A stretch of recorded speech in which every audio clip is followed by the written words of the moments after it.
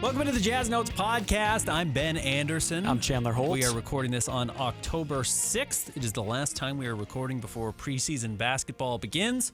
And actually, for a lot of teams, it's already begun. I don't think I realized how late the Jazz were starting, how many teams, over the weekend started playing. Like, there were the Abu Dhabi games, but like Phoenix and LA played a game here, not locally, but in the United States. And there's a lot of preseason games taking place before the Jazz end up taking on Houston later this week. Yes, and I also think there were some media days the week before the Jazz did theirs, on that Friday. But this week, I was about to say, for the first time, we have a week preview for the Jazz. It's been a long summer for NBA fans. We're finally back for the Jazz in Houston on Wednesday, in San Antonio on Friday, a Texas road trip. Yep, and that'll give, the Delta Center a little bit more time to get finished. I know that they played the preseason game already for the Utah Mammoth, but, just giving them a little bit more time to put whatever finishing touches they need to have on. But, it's close. It's very close, and Jazz fans will get a chance to see their team for the most part. There has been a lot of injuries so far. I'm sure it's all precautionary, but, Lauri Markkanen was dealing with a wrist injury from Eurobasket, and Kyle Filipowski's been dealing with a little bit of a back injury that apparently he had over the summer. Again, we saw all those guys at Media Day. It didn't look like anybody was in a sling or a wheelchair or something, that's going to prevent them from being able to play, I think, when the season starts. But we'll see at what point they start fully participating in practice and those types of things. But I think the Jazz are being precautionary. And look, they've got a lot of young guys, a lot of guys who can go out there and audition and play. And I think it is a reminder that this is not a team that's necessarily gearing up to win 55 games this year. Yes. I don't think that means they're going to rest these players early on to tank games.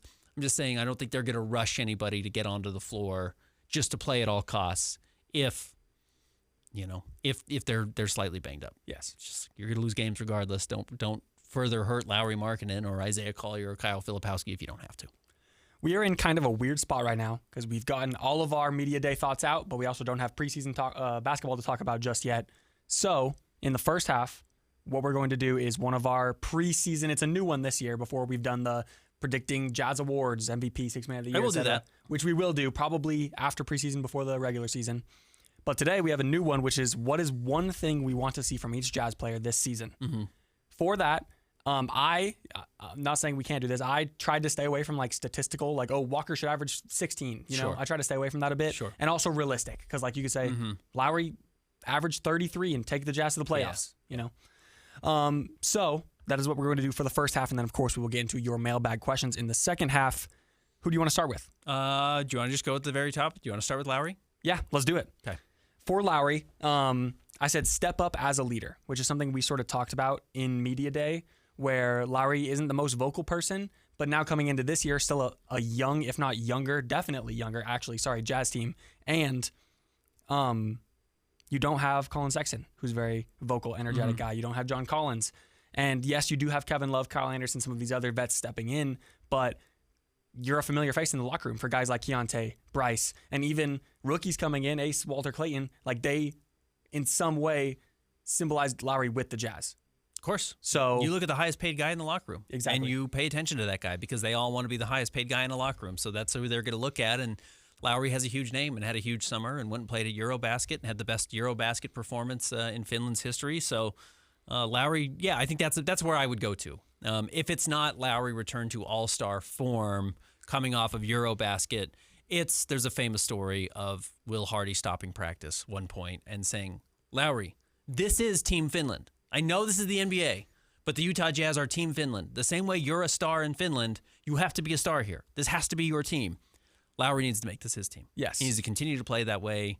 John Collins is gone. Colin Sexton's gone. Some of the other guys are here. The vets are here. But whereas legitimately John Collins might have been as good as Lauri was last year, and I don't think John's as good of a player as Lauri, but last season specifically he was as good, Lauri needs to be clearly the best player and clearly the leader of the team. Yes. He's got to get back to that. For some of these guys, I put in parentheses something else I wanted to say for them. And for Lauri, I put 2023/Eurobasket production from him. Yeah. So I think that's it for Lauri. Let's go to Keontae George. Okay. For Keontae, pretty simple. I just said 3 to 5% more efficient. Yeah, I think that's going to be his biggest growth signal is that the shot starts falling in at 44% of the time from the floor and 38% from three. And if he does that, he's probably a pretty serviceable NBA player. And if he stays where he is, he's Trey Burke. Yes. And Trey Burke's out of the NBA after a couple of years, and the Jazz probably trade him this offseason or move on or whatever it looks like.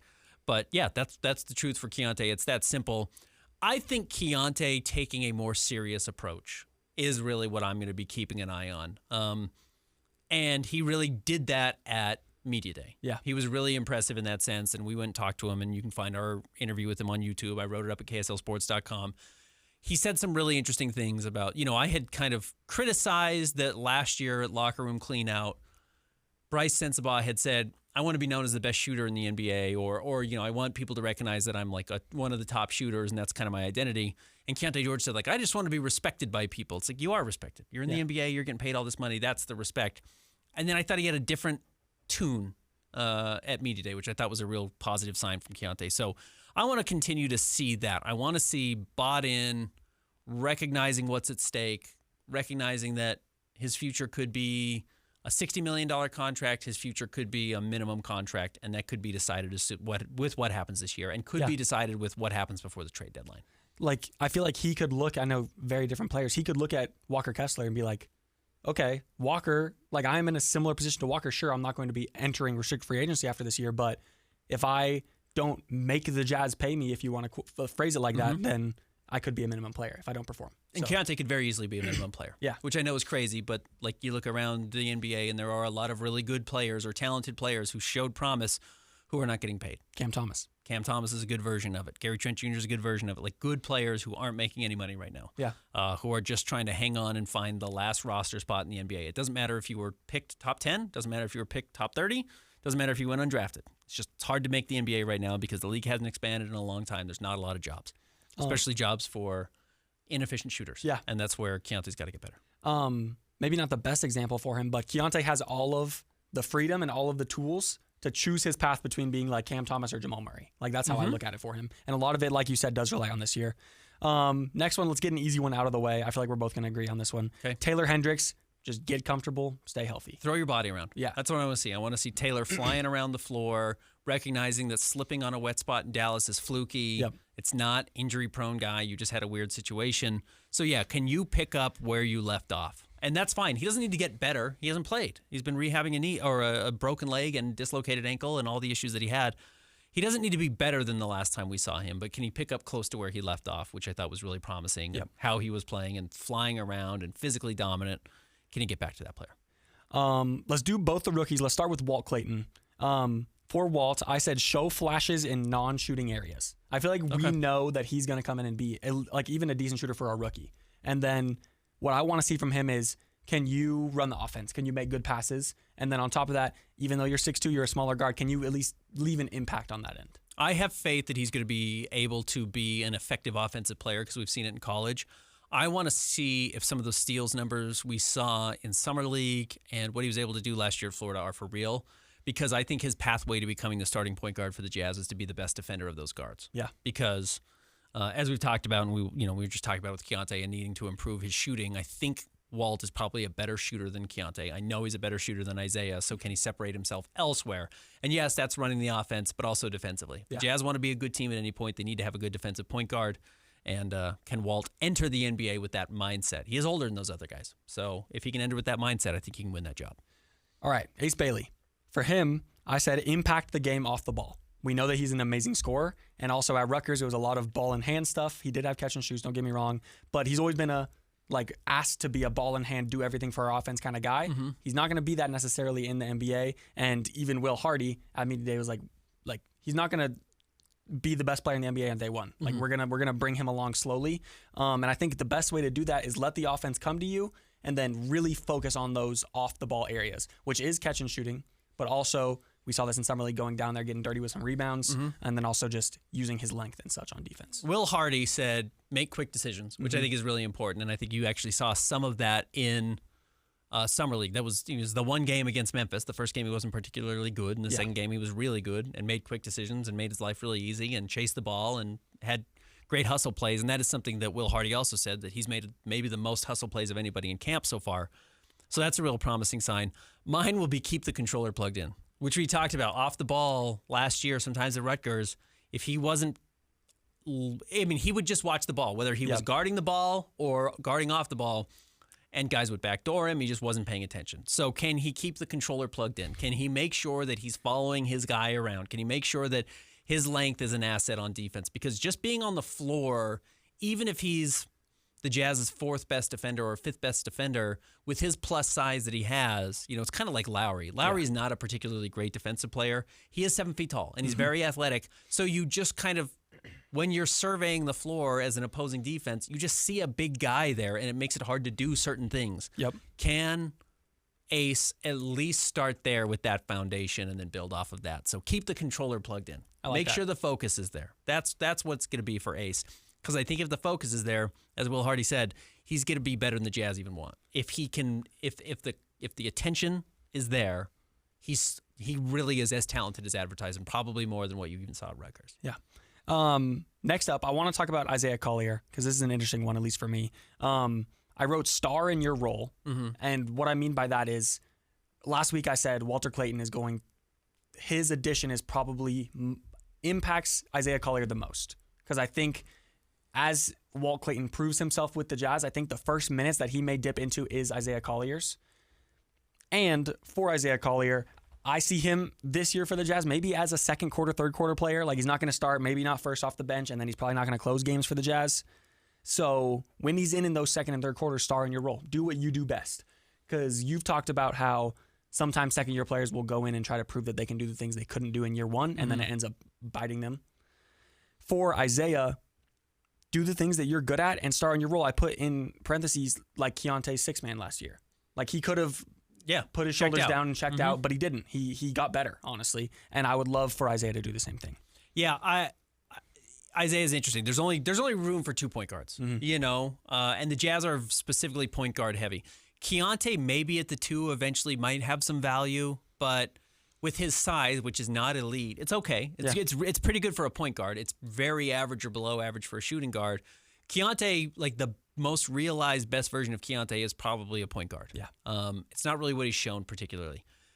I think Walt Clayton's actually a little bit bigger than both Isaiah and Keontae, but still probably isn't big enough to be a true 2 guard in the NBA. So his best role is probably a point guard, and we know Isaiah is only a point guard. Yes. So those guys are all there's 3 guys competing for 2 spots, really, I think. And if I had to bet on who would be the one who kind of falls out of that group, it would be Isaiah, just based on the fact that the league values shooting so much and Isaiah doesn't have it. So along those lines, I want to see improvement in shooting, and I'm just going to start really with a low bar, which is your free throws. Yeah. Can you make your free throws? Because he only shot 68% from the free throw line last season. I think it was below 50% at Summer League. Like, it was weirdly bad. Yeah. Because he does not have that touch, and you've got to start showing that you can have the touch at least somewhat. And the best way for guards like Isaiah to stick in the NBA is to be great playmakers, which he was. 6 assists last year, 3 turnovers, which is high, but it's still 2 to 1 assist to turnover ratio. And then you can score by drawing a lot of fouls and then being very consistent making your free throws. And that's where Isaiah's got to start. So I'm going to look at his free throws. Can he get there? And then can he make them? He only took 2 a game last year, and he only shot 68%. So get there more, make them more. Speaking of that, next let's talk about Walker Kessler. Yeah. For my overarching thing for him, I said make the Jazz pay you, which is something we talked about last week. If Walker goes out and averages 17 and 13, which is totally realistic for him, then the Jazz will be forced to pay him / match any offer that he gets, which they might do regardless because Walker is a big part of this team. But still, that's what I wrote for him. Like I said, for some of these guys, I put parentheses. In Walker's parentheses, I wrote 65 to 70% from the line. His ability to shoot over 70% from the free throw line would probably be the thing that makes him the most effective quickly if all else remains the same. Yes. If you're assuming he comes back as the same player as last year, but then starts making free throws at a much higher rate, his efficiency, his quality as a player really skyrockets, because then you can't foul him, and it doesn't matter now. The Jazz aren't in any close games, so no one's hacking Walker for the most part. You saw it a little bit, but Rudy eliminated the ability to do that really early in his career. Teams tried to do it, punished him. He came back in a summer, and then all of a sudden was 68 or higher the rest of his career, and it got really hard. And it seemed like the later in games, the better free throw shooter Rudy got. So I think that is a big part of it. I'm going to start just at a lower level for Walker, though, which is essentially don't revert to year 2 because things didn't go your way. Yeah. You didn't get paid this offseason. You mentioned you were frustrated about it. You said you didn't want to talk about it anymore. the best way to not talk about it anymore is to come back as a better player than you were last year and Exactly. say, yeah, I'm not worried about not getting paid. I'm going to get paid. I'm going to make them pay me, like you said. And I'm going to do that by doing what made me effective in year 3 that I did not do well in year 2, which is playing hard. Yes. He did not play hard enough in year 2. If he plays hard in year 3, he becomes a much better defensive player. He's a great rebounder. We know he's the most efficient scorer in the NBA when he's locked in and not shooting threes. And I don't think the Jazz are going to be asking him to shoot threes early. So that's what I want to see. Locked in, play hard Walker Kessler, because if he does that, he will make $120 million or more next season. Yeah. No question about it. Let's knock out some of these older veteran guys, and then we can return to the last younger people in the young core we didn't visit. First, for Svi, I said get back near 40%. He was from 3. He was 34.5 last season. 2 years before that, 38.9, 42.4. Pass the ball. Yeah. Svi doesn't pass. Yeah. Svi likes to get a lot of shots up really quickly. We're not going to see Svi. So it's kind of hard to matter. But get on the floor and show you can actually make some plays for some other people instead of just shooting to try and keep yourself in the NBA. For Nurkic, I said don't let the defense fall apart when Walker's on the bench. I would like to see Nurkic instill some toughness into the Jazz that he has, that very few players in the NBA have, and where he can be an asset. There's a reason he keeps getting punched in the face by other people. He's tough. He's not fun to play against. He frustrates other people, and so they punch him, which is not the correct response, but he's been punched in the face by more than one person, right? Yeah. People do not like Yusuf Nurkic. Can he instill that in Walker? Can he instill that in Taylor Hendricks, who are nice guys, who are happy to be there guys? And that doesn't mean they're bad players, but happy to be there only takes you so far. True. You also need to be a little bit of a, I belong here, this is my space, and you're infringing on that. And Nurk has made over $100 million in his career by playing that way. So I think that could be really beneficial. You know, Kelly Olynyk had it a little bit, but Kelly's quite soft. Yes. Nurkic is not soft. He is a mountain of a human being who could teach that to the Jazz players. And I like that a lot, and I like the specifically teaching the Jazz players, because that you're acknowledging that Nurkic is probably not going to be here whenever the Jazz are competing, but a lot of these young players might be. And if you look at every champion probably in history, you have one of those guys. You have a guy. Like Lou Dort, Draymond Green, et cetera, et cetera. Dennis Rodman, it just goes back forever. Okay, now for George Niang, I said shoot 40% from 3. It would make it 7 of the last 8 years he's done that. Yeah. George is a specialist. Yeah. He's exactly what he is. He's a specialist. He's going to keep his career alive because somebody will be able to sell themselves on George. This is the last year of his contract. He will get paid and stick in the NBA next year, and he doesn't want to be on a minimum contract, and I don't think he will be next season. So he's just got to stay bought in, and he will. George is a good teammate. He plays the right way. You know, he knows what his strengths are. He doesn't try and do something that he's not capable of. So George might be the player I'm least concerned about. What can he accomplish? Yeah. George has carved out a very healthy role in the NBA by knowing exactly what he is. So just keep doing that, and I don't think he's going to lose. He's not going to lose that mindset, I don't think. The difference being that you look at where he's been lately, maybe with the exception of Atlanta, and even Atlanta was competing to make the play-in last year, you know, Philly, Cleveland, the spots he's been in have been competing for the playoffs and have been really good teams.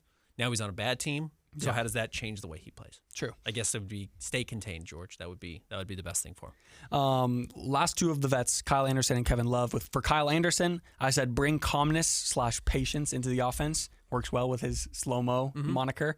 I think the Jazz team, and even I think Ace was the one who said this, the team's fast. They're going to be running up and down the court. And I think having a little bit of, okay, let's still run offense every now and then will be good for the Jazz. Yeah, I think stabilizing things, executing a half-court offense, Kyle can do that. And he will probably come in when the Jazz have point guard play that is substandard. Yep. And, he might play the 3, but he can step in and play that role where he's basically a point guard or a point forward and really slow everything down, and he can run everything. So, yeah, I don't expect to see a ton of Kyle Anderson playing this year. Maybe I'm wrong. Maybe he's in the opening night rotation because he's been an NBA rotation player for a long time. But I think, bring a sense of stability that the Jazz aren't going to have otherwise because they don't have a good dribbler. Yeah. In all honesty, a good distributor other than Isaiah Collier. And even Isaiah is still trying to figure everything out, and Kyle knows everything. Yes. Kevin Love. Don't get me wrong. I say this with best intentions for both the Jazz and Kevin Love. For Kevin Love, I said raise your trade value. Yeah, become tradable. Yeah, exactly. He is maybe in the last year of his career, if not definitely on his very last leg. He's 37 years old. And I told this to you before we started recording yesterday. Seeing Kevin Love up there was awesome because when I first started watching the NBA, he was like a top 10 player in the league. And I would love to see him end his career in the playoffs or on a playoff team. I'm with you. Got to talk to him last week during practice. He's exceptional. He's really as good as advertised. And, they talked about, Patty Mills coming in or Drew Eubanks. Yep. There are those guys. There's difference when it's Kevin Love, $200 million, whatever he's made in his career, has a championship. Yep. Is already punched his ticket to the Hall of Fame. Yes. Like, that's different, and guys will listen to him. And he was phenomenal. I mean, I thought the way he talked, recognizing things he did wrong, things he did right, how his career has gone, what he wishes he had done differently, his ability to talk about that. And I think actually go over and, Patty Mills putting his arm around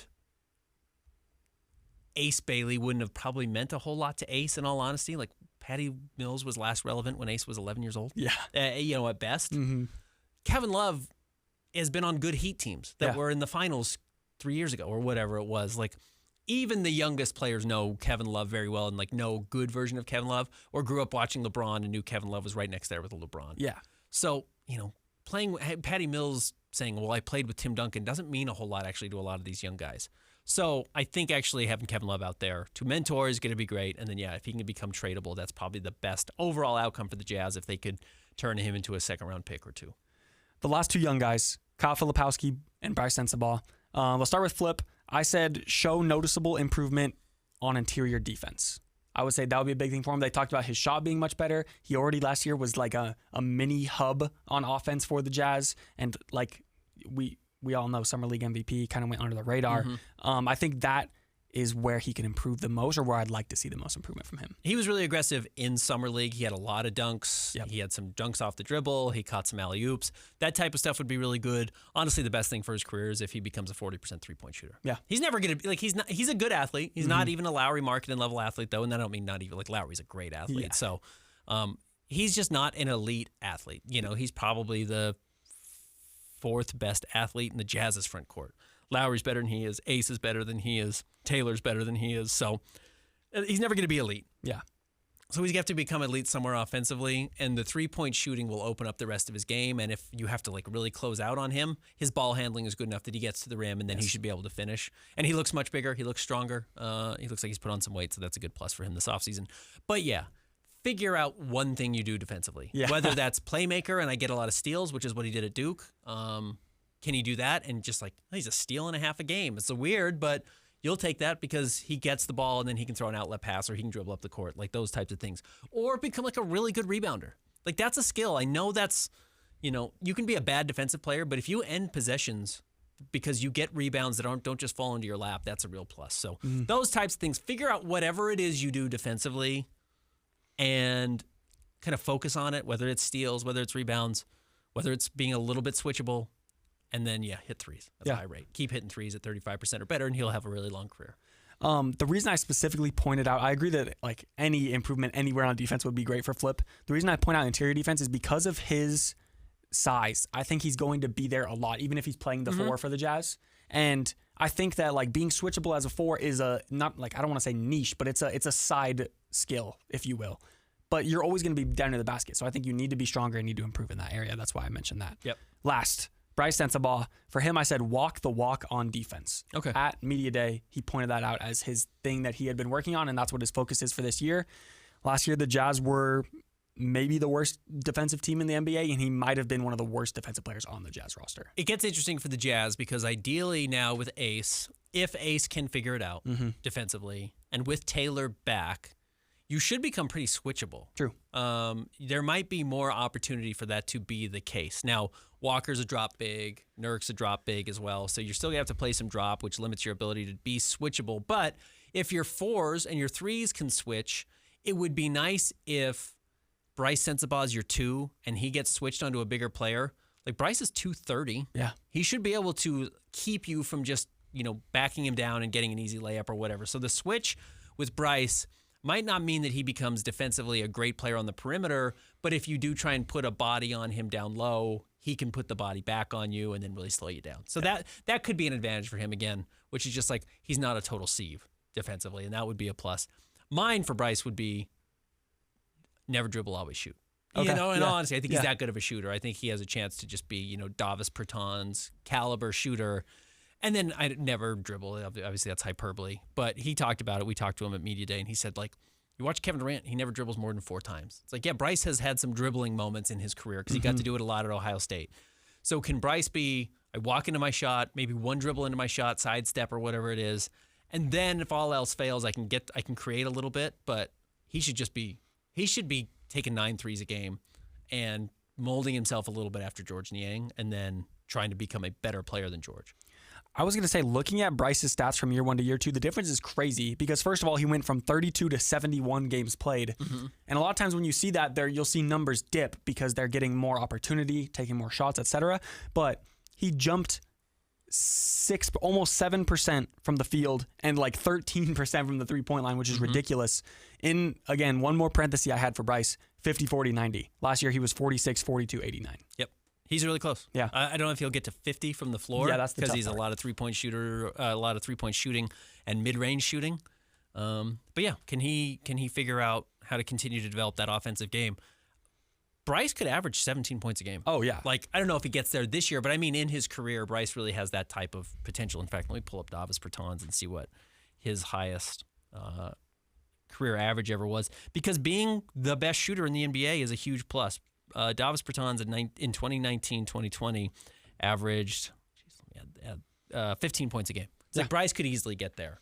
And Bertans was shooting 8.7 threes a game and shooting 42%. Like, Bryce can do that. I have no doubt Bryce can do that. And then you carve out 15 points a game. I think you become really valuable, even if you're not an elite defensive player. And even then, like I think of Davis Bertans as like a Kyle Korver, like actually strictly threes.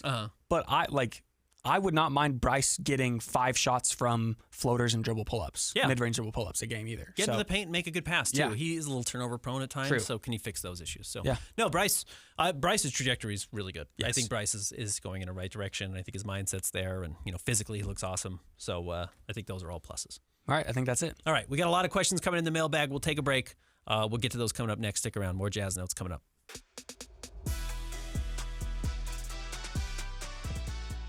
Welcome back to the Jazz Notes podcast. Ben Anderson, Chandler Holt. All right, we always wrap up the pod with the mailbag. You can find us on Twitter and Blue Sky. I guess it's X now. At C Holt Sports and at Ben's Hoops, and read us at KSLSports.com. I put out the prompt every day at about 11, or today I did at 11:45 because I was forgetting what I was doing. And then we will answer your questions. Where are we starting? So first up, and I'm starting with this one because I also wanted to ask you this last week, but I forgot to. Okay. From ex-Utah Jazz fan, NBA is rigged. Okay. Is Ace Bailey going to start the season as a starter or off the bench? I'm going to add to this. I was going to ask you last week if Media Day changed your thoughts on what we gave as our projected starting lineup.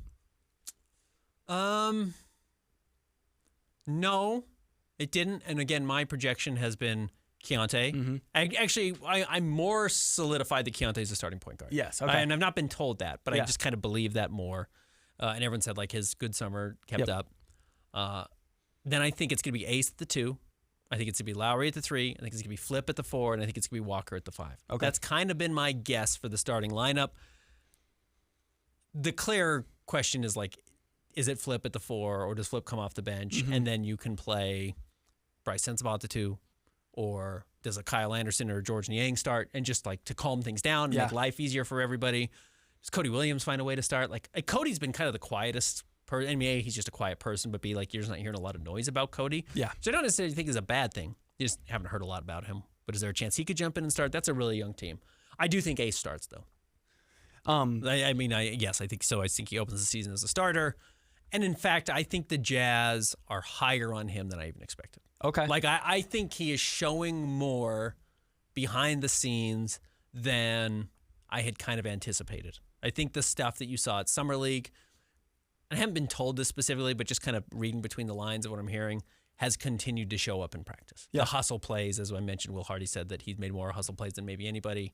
Just seems like the things that he does well continue to work. And we talked to Will, Jake, Scott, and I did on our show, and I said, are you expecting a different Ace than what you saw at Rutgers? And he said, yeah, basketball is the most contextual sport. The context he was playing in at Rutgers was a little bit crazy. Everything ran through him, and rightfully so. He was the best player on the floor, especially when Dylan Harper wasn't out there, he doesn't have to be that guy anymore. Yeah. So he can do so much less and probably maximize more of what he does really well already, or at an NBA level at this point. So he might look even better. So I expect him to be on the floor early, often, and starting. I'm with you on those thoughts about Keontae being more solidified. A week ago, I probably would have thought that because we agreed on that projected starting lineup, I would have thought, yeah, Keontae is probably the most iffy. I agree with you now as well that it's probably Kyle the most iffy, just because Lowry and Ace honestly have so much positional versatility. Like you can slot them anywhere 2 through 4, both basically. So yeah, I wouldn't be surprised if you see Bryce, Kyle Anderson, one of these guys. Last year, the Jazz started Taylor Hendricks over John Collins. I'm sure that was something in game 1. I mean, so I don't know if that was something that we saw then, but I feel like it is to play around. But I do agree with you that I think the Jazz love Ace, and I think he starts day 1. Yep. All right. Next up from Jazz Time Jones. So we went from vets taking minutes last year to different vets this year that are going to want to play. What is the plan? Kevin Love's not going to want to play. I don't mean he doesn't want to play. He wants to play, but I don't think he is like, I demand minutes. He understands the situation. I think Kyle will get enough minutes here and there. George is probably the vet that needs to play the most. It's a contract year for George, and he knows what he knows he's got to continue to perform to get his next contract. So that will be there. But I mean, let me pull up George Niang's numbers really quick. What's the most he's ever played in a season? What's the most points or minutes per game he's ever averaged in a season?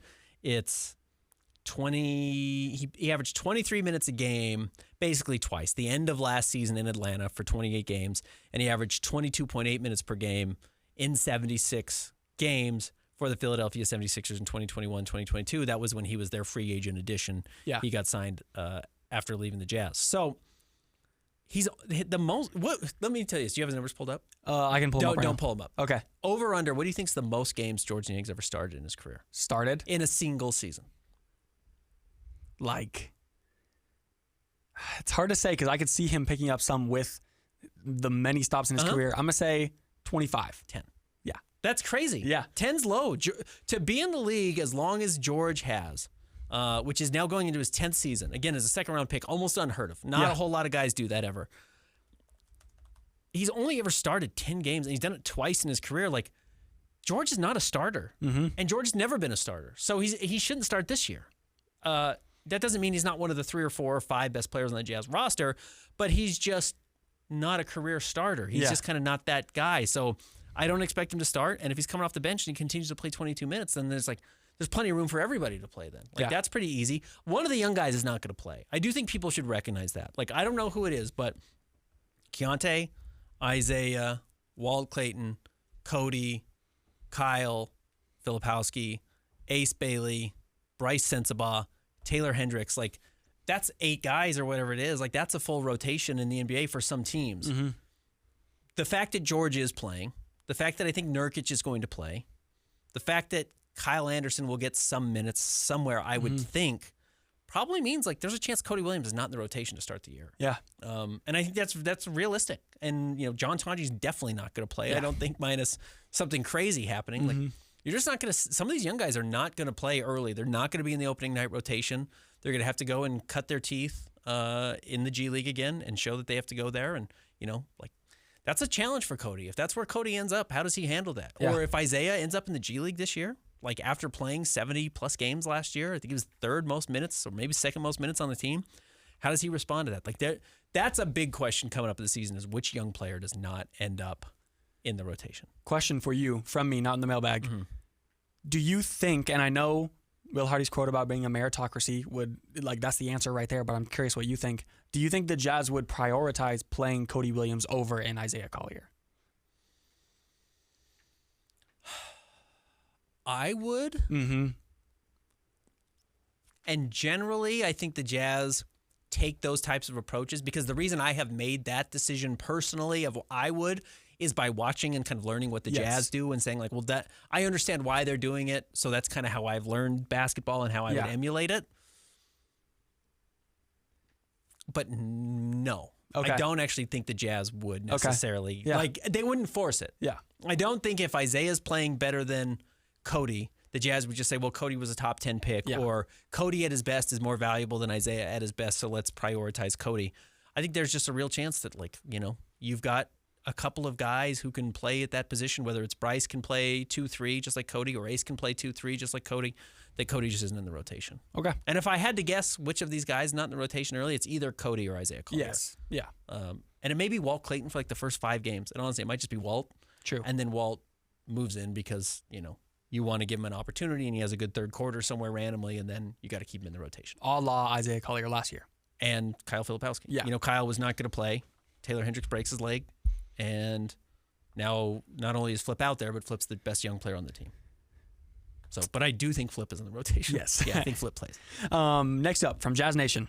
Have you heard anything about the Jazz having a City Edition jersey this season? There was rumor during offseason about a new Southern Utah City Edition jersey for the season. The Jazz do have an alternate that they have not announced yet and revealed yet. I have not seen it. Okay. I tweeted out the photo last week of everyone wearing baby blue or light blue or jazz blue or snow blue or mountain blue or whatever they call it. I can't remember. That's my fault. That's not making fun of them. That's my fault for not remembering what it's called. But it's that blue color that is on the trim for the Jazz jerseys this year. And I just think it's not a coincidence that everyone's wearing light blue shoes when they go to practice, or they've got the light blue sweater on or T-shirt on. Like, that's just clearly a color the Jazz are working into the rotation. I think would be my guess that it would be something like that, but totally a guess. I promise you I haven't seen it. Next up, Jimbo Slice. If Kevin Love couldn't find a team that wanted him in the offseason, what are the odds a team wants to trade for him during the season? Why not just buy him out? Buying him out would just cost money. Yeah. Now, you might feel like, and the problem is if you buy him out, it still counts against your cap, so it's money on the books still. He had a weird season last year. Remember, he wasn't hurt. His dad died, so he left the team for a long time, and the Heat didn't really need him to play, so he didn't play a whole lot of games, and I think that lessened his value. I think Miami was a disaster last year, and that lessened the value, and teams do clearly Kevin Love's at this like weird turning point of his career. It's like, is he done? Is he washed? Does he still have something to offer? And I don't think anyone's pretending he has 82 games worth of basketball to offer. Yeah. But there are teams in February that will say, I bet he has 8 games of something to offer. And that doesn't mean the playoff race. I mean, that might mean the playoffs. That means like emergency. We were counting on name your backup center or backup 4 playing a little bit, and he's hurt. And so we need Kevin Love to come in and play a couple of minutes. Like the Clippers are the example. Mm-hmm. So, and the Jazz made a lot of trades with the Clippers recently. But like, who's their backup? Brook Lopez? Or maybe Brook Lopez starts? Yeah. And then... Well, they've got Zubats. So Zubats get a start. Yeah. And then so let's say their backups are like John Collins and Brook Lopez. Like, let's say one of those guys gets hurt. And they say, man, we love both those guys' ability to spread the floor, bring a little bit of toughness. They're gone, but we would really, and we can get by with one of them, but we would love to have somebody else for 8 minutes a game in a pinch where Brook Lopez gets foul trouble or Zubats gets foul trouble. We'll give up a second-round pick for Kevin Love, but we don't need him for the full year. And in fact, we don't want to like take up a roster spot for a full year because if everything works out, we don't need Kevin Love. Yeah. But then something doesn't work out and Kevin Love jumps up the priority list, and you need a leader or you need somebody to come in and serve the locker room. And he's played with so many guys, somebody endorses him. And they go in that direction. Or a team just like, hey, we don't have the ability to spread the floor for 3 minutes a game, and we could really use that. You saw that last year with the Pacers. Like every once in a while, they could spread the floor in the corners with a big guy, and it was like, oh, that was really valuable. Yeah, that happens. Kevin Love might be the most seasoned / smartest forward in the NBA behind LeBron. Like at the end of the day, like he's one of the smartest guys in the NBA. And so to answer this last part of the question, why not buy him out? And you mentioned this in the first half when we talked about him. He brings a lot, like that smartness, that basketball IQ is going to help this young Jazz team in a lot of ways. And also, like you said, he's a more household name than, for example, Patty Mills. So I think that carries at least a little bit of weight in a locker room. But like the Cavaliers signed Thomas Bryant. Yeah. Like if Thomas Bryant gets hurt and they need a backup and they say, well, we know Kev. Yeah. Let's go get Kev for a second-round pick. That's the type of situation where I think he's got some value. And why you hold on to him as opposed to just buying him out. Yeah. Next, from Quinn. With the addition of vets who are connective players, the natural progression of our young guys, and the addition of Ace and Walt and Hardy Unleashed, I find it extremely unlikely that the Jazz will be able to lose anywhere near as much as we did last season. Is the pick in danger? It's not in danger. To find near as much. You win 22 games this year. That's 30% more than you won last year. Like, you know how hard it is to win 30% more games? I've brought this up a lot, I'm sure, and I'm going to keep going back to it. It's like, I did have to write an article on the last day of the season because it was pertinent because the Wizards won a game at the buzzer to make sure the Jazz had the worst record in the NBA. It was a crazy game too. Like there was a backcourt violation, or I can't remember what it was, that allowed the Wizards to even get the ball to go and hit the game winner. And by the way, that has a chance to be so consequential.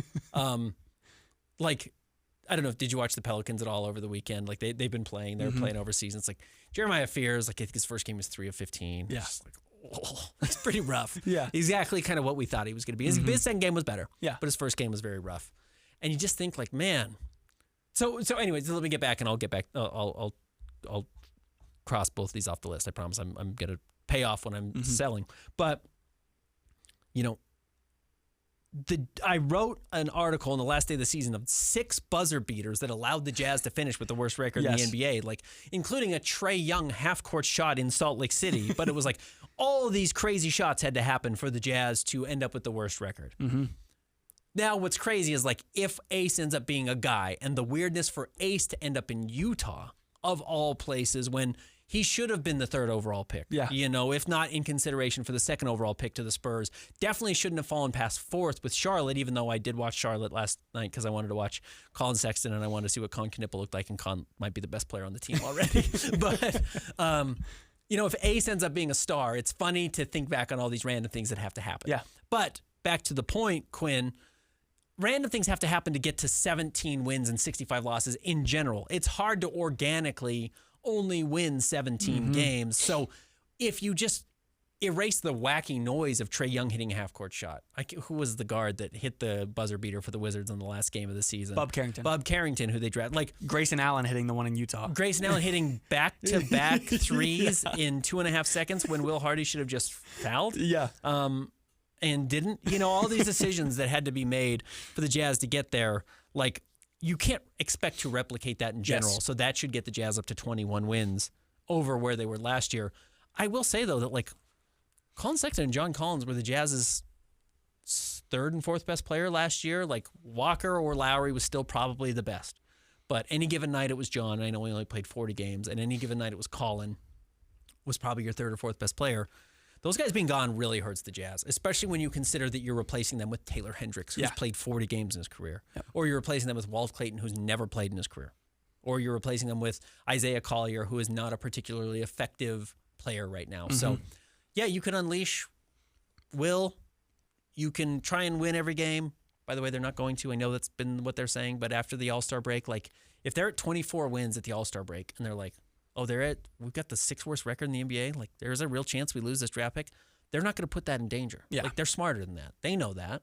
Even Austin Ainge, when asked on DJ and PK last week, like, how are you weighing the pick? He didn't say we're not weighing the pick. He said we're not thinking about that right now.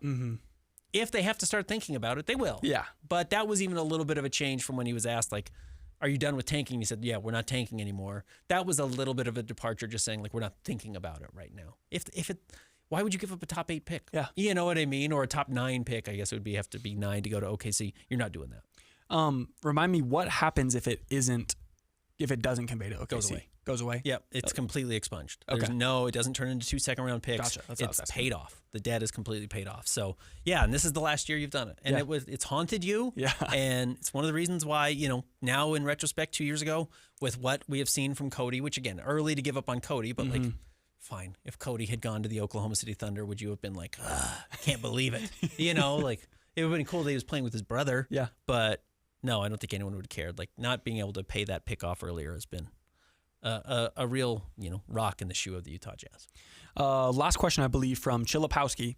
When do they expect Lowry and Kyle to practice? Do you think they'll just sit out the entire preseason?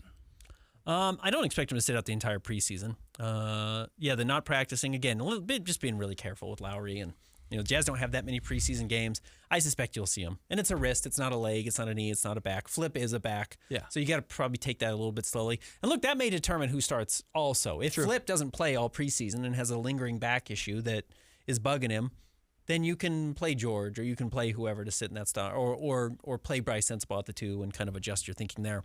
I will say, and I've held off talking about this, the Jazz today are holding a scrimmage, and I won't even say the school. They're holding a scrimmage for a high school locally. And by the time you're listening to this, the scrimmage will be over. Yeah. So don't like start knocking on high school doors. Go to your nearest high school gym. Kyle Anderson in there. So we will probably get a little bit better sense of kind of what the teams are doing. Now, I don't expect the Jazz to be out there playing anyone who's injured at a high school gym for some funny high school kids. You know what I mean? But we might get a little better sense of like who's playing and what it looks like. Again, not a lot. And then definitely by Wednesday, Jazz have to start 5 players on Wednesday, and we'll see what it looks like against the Rockets. But hey, man, I'm excited. I'm excited for this season. I'm happy the team has turned the page, to the next thing. And oh, by the way, we've talked a lot about John and Colin. It's like Jordan Clarkson's also a really good player. Like Jordan Clarkson's going to play a ton for the Knicks this year, and he's really good at what he does. And we will see how he can affect winning in New York if he's just kind of a placeholder or what role he plays. But you're just losing. Let's see. Jordan's played for well over 10 years. John's got to be right there at 7 or 8 years. Colin's at 6 years. Like, you're talking 25 years of basketball experience combined between those 3 guys, and you're replacing it with guys who haven't played 25 games in their career. Certainly haven't started 25 games in their career. I mean, you're talking about Taylor, who's played 43, or Bryce, who's played, a season and a half in his career. Like, the Jazz are going to be worse. Yeah. The Jazz are going to be a lot worse this year, even if Lowry is like the best he's ever been. Yeah. And Walker makes a big jump. Like I just don't really see a pathway where they're better than they were last year. Now that doesn't mean they can't win more games because they'll be trying harder to win games, but like they're not going to double their win total. That would be shocking. And this is something we talked about last year. Like if the Jazz like were healthy, whether the injury reports were completely accurate every week or not, if the Jazz are completely healthy, I see them as like a 35 to 38 win team with the roster they had last year. Yeah. You know what I mean? Yeah, I think so. If you were to go all out every night and beat up the Chicago Bulls and beat up all the bad teams that you get to play throughout the year and win every game against Charlotte and win every game against the Wizards and whatever, steal a couple of games here and there like you do, you would be in a 30-plus win scenario. Yes.